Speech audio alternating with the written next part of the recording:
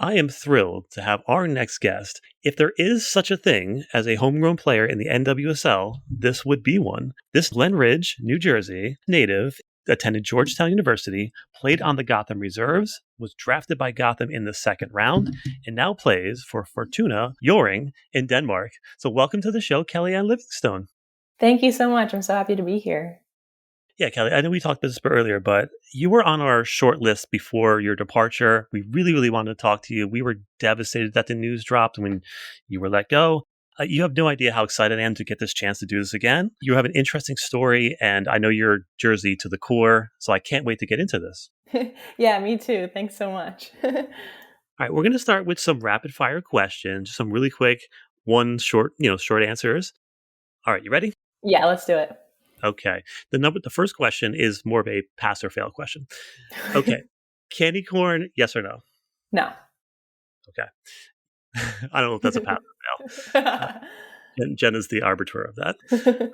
But, all right. So your favorite New Jersey beach? Gotta go with Spring Lake. Oh, that's my favorite. Mhm. A nice little health food store nearby. So you can just go there and get food and then go to the beach. Exactly. Yeah, it's awesome. What is your pizza order? Ooh, I usually am just a plain girl. However, controversial opinion, I do like pineapple on my pizza, but not all the time though. Special occasions. In Glen Ridge, is there a place to go? Oh yeah, definitely Mr. Dino's. Get a nice little margarita slice there, or a grandma slice, as they call it. It's so good. Yes, and I talked to the coach Amaros, and he says he's living, I think, in Montclair area, and he asked for some pizza recommendations, so I will pass that along to him. Definitely Mr. Dino's, the best one. Good. And so what are you nerdy about outside of soccer? I wouldn't say this is exactly nerdy, but I like to paint a lot. Okay. Not good at painting, but it's just fun. I like to do some doodles or flowers, or I'll make paintings for people's birthdays or something. No, it's fantastic to get your mind off of what you're doing, and that's a great way to release stress and all that good stuff. So that's cool. Definitely. If you were to listen to one music artist for an entire month, who would it be? I've been listening to a mix of both Taylor Swift and Morgan Wallen. Yeah, the intersection of Taylor Swift and NWSL fan base is it's just a circle. Oh, yeah. Yeah. There's some hardcore Swifties there in the NWSL. Yeah, on the Twitter feed, and to just keep scrolling, it's where am I? Am I in the NWSL, or is this all Twitter? Smith. All right, your favorite Disney movie? Ooh, Miracle on Ice. Okay. I don't know if that's the full name. Maybe just Miracle. Yeah, hockey movie. Yeah, I think you're right. Yeah, I can't wait for the new Little Mermaid. That's going to be amazing. Oh, that's going to be so great. Yeah. The Little Mermaid was my favorite growing up, for sure. But I got to say all time would be Miracle. Yeah, indeed. All right. You wouldn't be here without this person. Ooh. Soccer-wise, would have to say my dad, for sure. But also life-wise, my mom. And sports star you idolized growing up? Mia Hamm. Same. Cliche, but she's just too good. Yeah, Sam. Yeah. And obviously you were on Gotham. So what would you describe as your fit style? See, I had a lot of help from Hensley Handcuff last year. I would say I'm a work in progress. I would not put myself as nearly as stylish as some of the girls on the team. So I usually opted out of trying to do the fashion show walkway before the games. I think sometimes when I did dress up, that would stress me out more than the actual game. So I just realized by the end of the year, it wasn't for me. Yeah, it defeats the purpose. It's all about building confidence, and if you're not confident there, you're going to carry and I'd just walk down and I'd be sweating because I'd be so nervous. I'm like, I don't need to be doing this. Absolutely. All right, so let's get to you being a soccer player. Obviously, being a soccer player is not an easy life. So where did your love for soccer come from?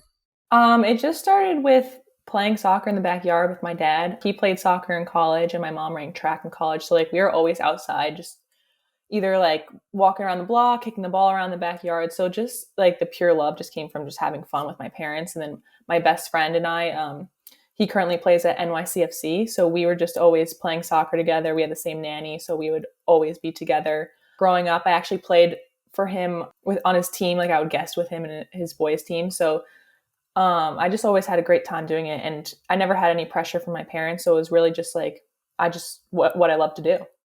And not many soccer players. I mean, New Jersey is a hotbed for soccer, Oh yeah. but your area, like, there's a couple that's been pro for you, but like for you in particular, like, what made you different? What made you get to that level where you could play pro?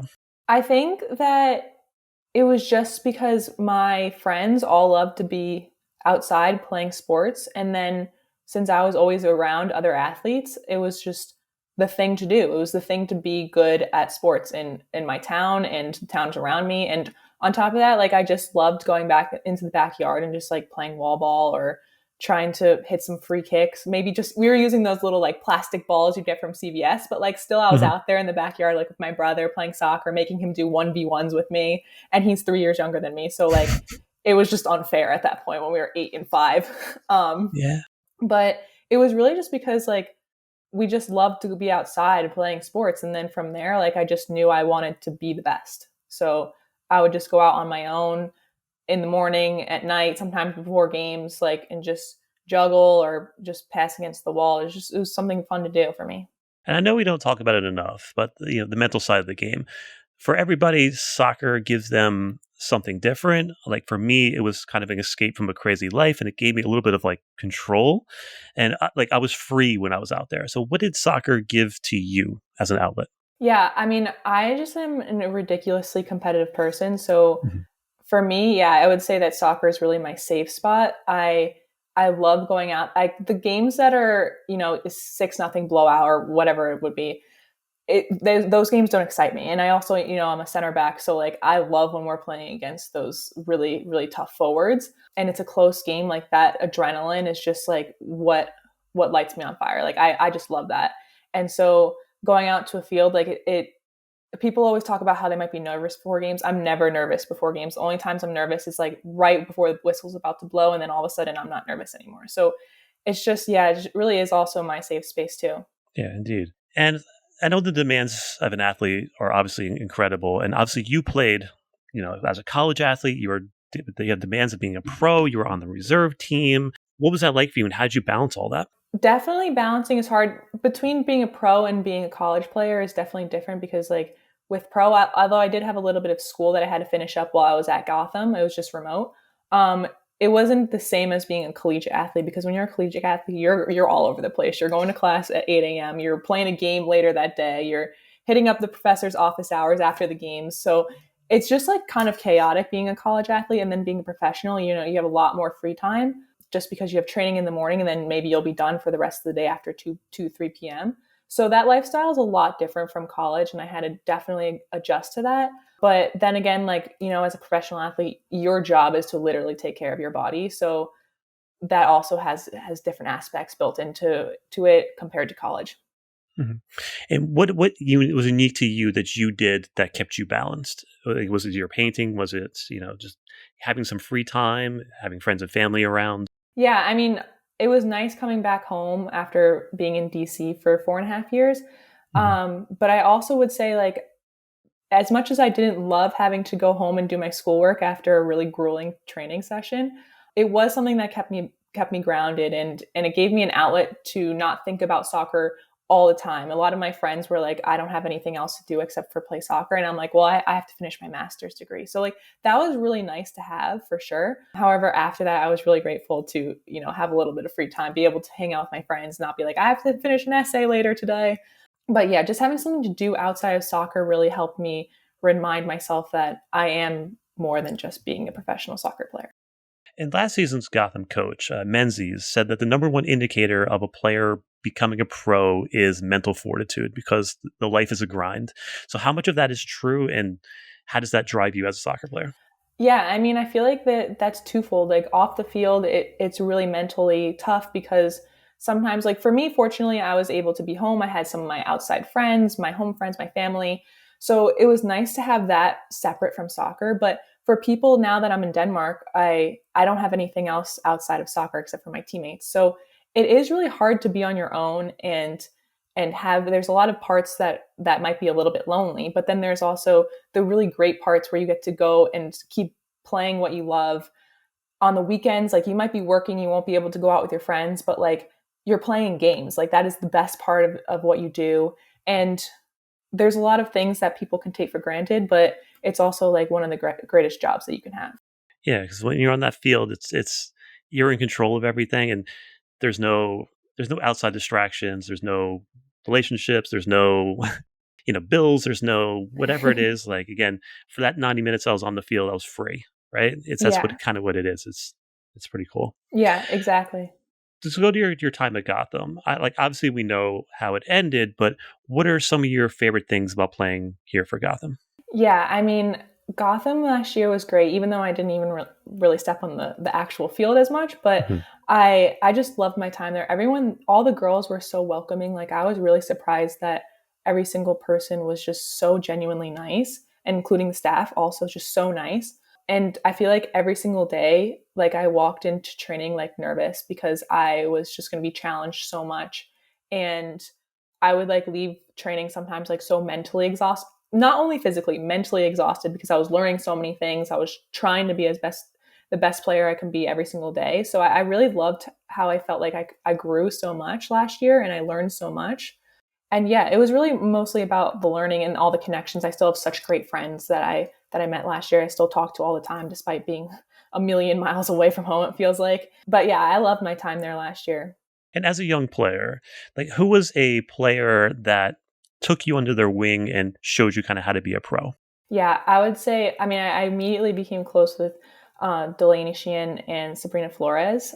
But also on top of that, like Paige Monahan, I knew her from playing in the Big East together. She played at Butler. So we kind of Mhm. knew like of each other. But, and of course, like we were rivals at college, but she was immediately so nice to me. And Estelle Johnson also, like she played center back. So she would like help me with stuff. And it was so nice to have her as like, she was a huge veteran in the league, and so it was so great to get to know her also. And who was your traveling roommate? I would room with Jennifer Cujo. Oh, Yeah. she must have been fun. Oh yeah, it was really fun. We definitely have different living styles, but we made it work. And she's just hilarious. Yeah, She's constantly making me laugh, and she would cook me food when we were at home. Like she's the greatest cook. So she was a great roommate. nice. And you also got to play with a couple of players that are pretty much legends of the sport. And I know this Krieger announced her this is going to be her last season, but what was it like playing with her? It was at first really daunting to play with her. However, she's also like one of the greatest humans I've ever met. She is genuinely so nice. And she is also really understanding as a person, both on and off the field. And so it was really nice playing against her. She was such a calm presence. So when I would be so nervous, like literally playing next to one of the greatest center backs and defenders in the country, she was just coaching me. She was talking to me. She was so nice. And yet so demanding at the same time, where it wasn't making me nervous. It was just like more of a respect. Like I wanted to play well because I was playing next to Ali Krieger. Is there any player that starstruck you where you're like, okay, this is that player? I would say Ashlyn Harris for sure. Yeah. Yeah, she's got a presence about her. Oh, she has a presence, and her personality on the field is just, it amazes me. One time she could be screaming at me, and then the next moment she's hyping me up. Like it is just like the craziest thing, and I would be terrified to play in front of her, but she was also like the most solid goalkeeper to play in front of. So it was just such an interesting dynamic, but I loved it.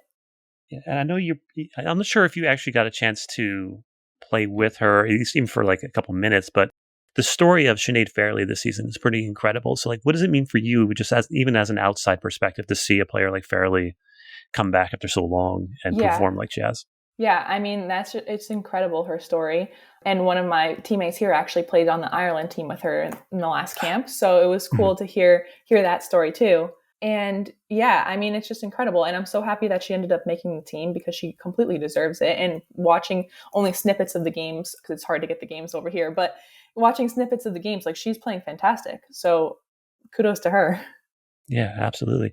Let's get to your time in Denmark. So, how did that actually happen? Because I know when you were let go, it was right before the season. Most teams have their rosters already set, so it's like really hard to find a team at that point.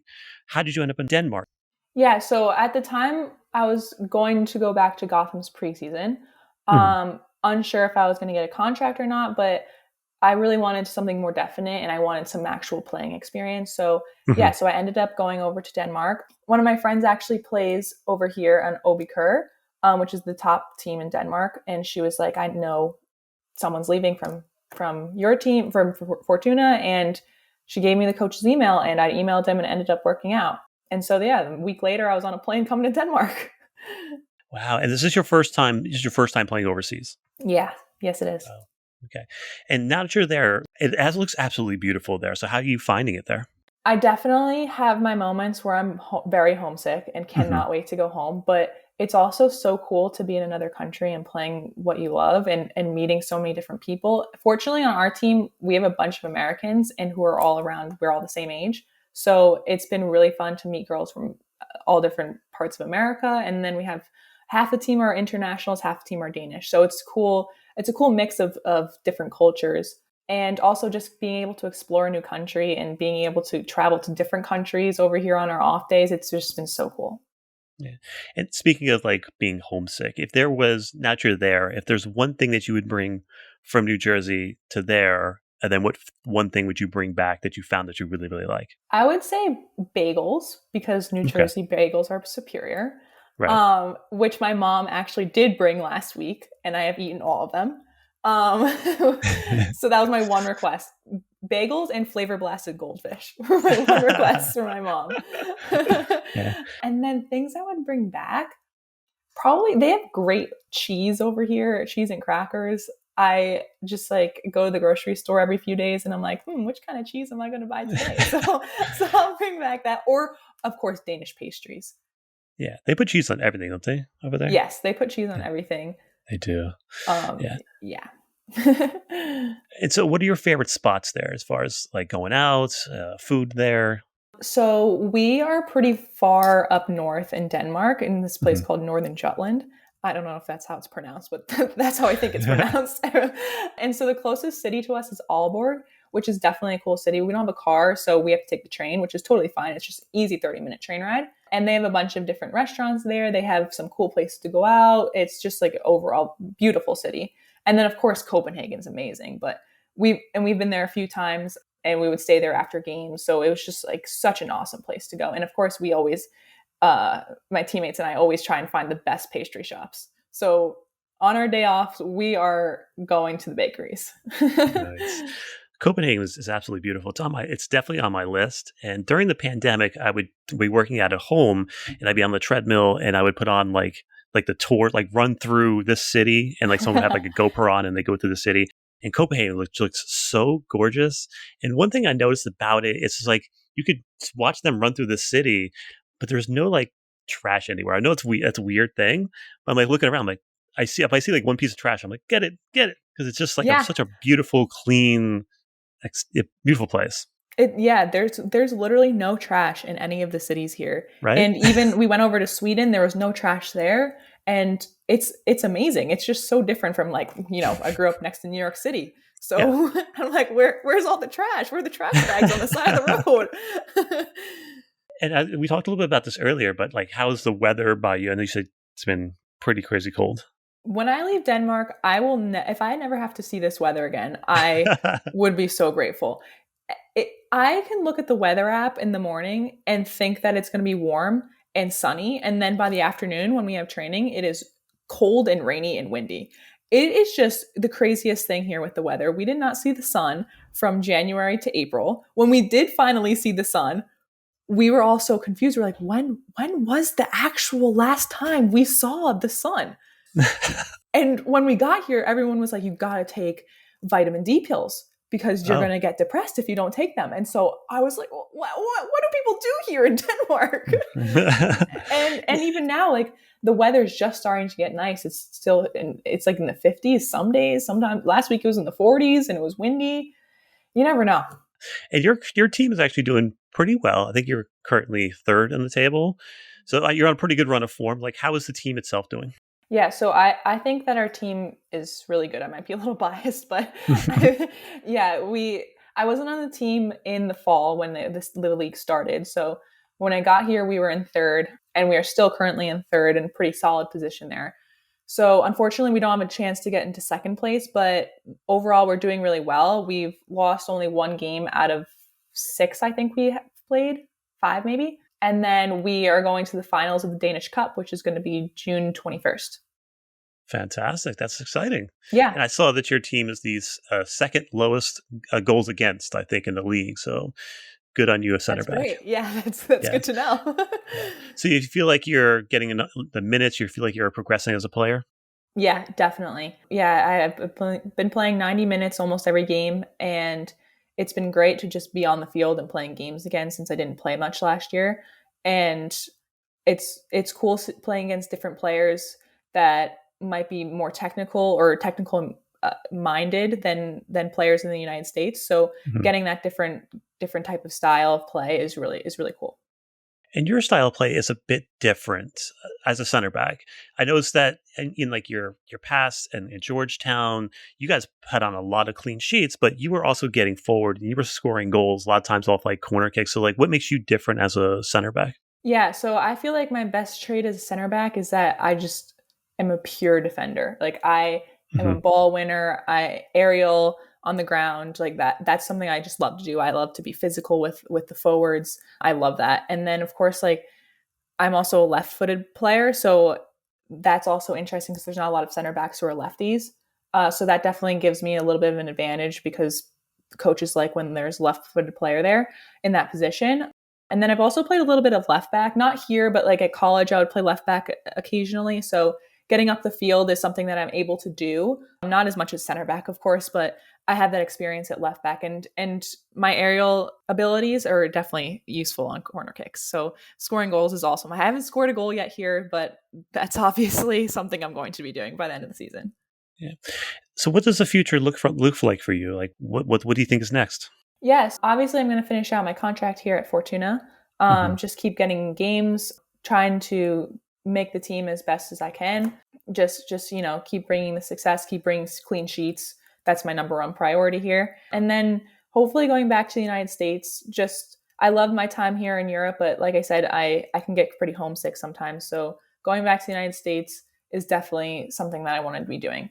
We're probably going to get Gina Lewandowski either on the next podcast or the other one. I know she's a center back that you've had some experience with. Anything you can say to her that we can pass along? She is just so great, and I'm so happy for her in her new career at Lehigh. Yeah, I mean, she would help us so much last year at center back before she left in the summer.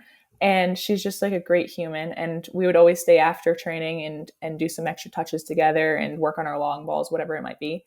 And then she also taught us a lot about brain training. You have to ask her about this. And how at Bayern Munich, they would teach her how to do all these different brain training exercises with your hands. And you'd have to do that while juggling or while dribbling. And it was all about like being able to juggle two things at once while you're playing soccer.